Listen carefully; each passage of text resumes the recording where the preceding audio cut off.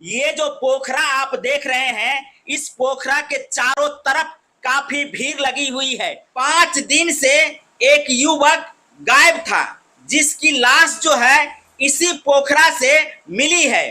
इस पोखरा से जिस युवक का लाश मिला है, उस युवक का नाम राजा सहनी है, जो जगवन कटैया गांव का ही रहने वाला था।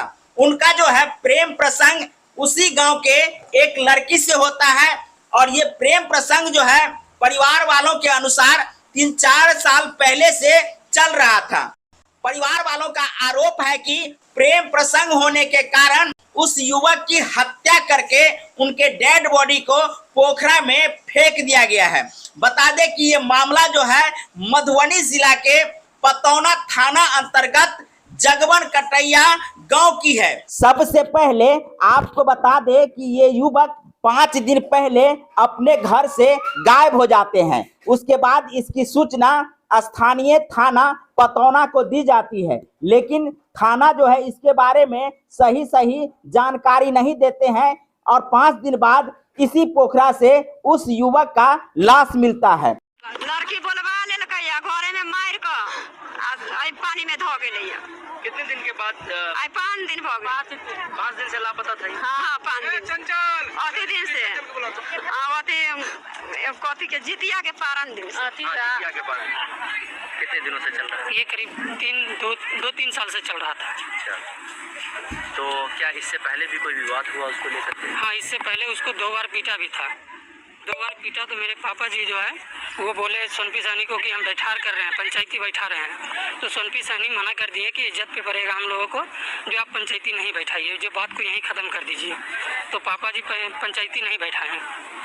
ठीक है। क्या लड़का यहाँ लापता था? क्या कितने दिनों से लापता था? 5 दिन पहले से लापता है।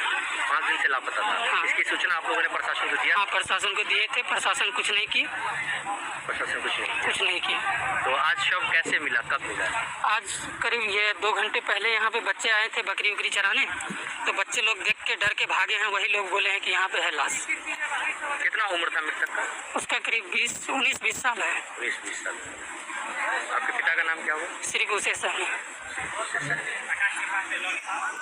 क्या करता था लड़का? लड़का कुछ नहीं, गांव में ही ज़्यादातर रहता था। वो इलेक्ट्रिशियन का छोटा मोटा काम करता था। अभी कुछ दिन पहले दिल्ली गया था, गणेश पूजा से पहले वो दिल्ली गया, तो लड़की फ़ोन करके बुला ली घर पे बुला ली। उसके बाद गणेश पूजा में भी लफड़ा हुआ, तो मेरे पापा को गए थे कुदाल से काटने के लिए। नागेंद्र सहनी, मोतीलाल सहनी और नागेंद्र सहनी का लड़का चंदन सहनी। और उस टाइम भी बोला कि मार के फेंक देंगे तुम्हारे बेटे को। कितना क्या मांग करते हैं अभी आप लोग? अब तो घटना हो गई। हम लोग तो यही मांग करेंगे कि जैसे मेरे भाई को मार दिया वैसे उसको बेटे को मारना चाहिए। जैसे मारा है वैसा ही मार दो उसको। अभी हम लोगों को इंसाफ चाहिए।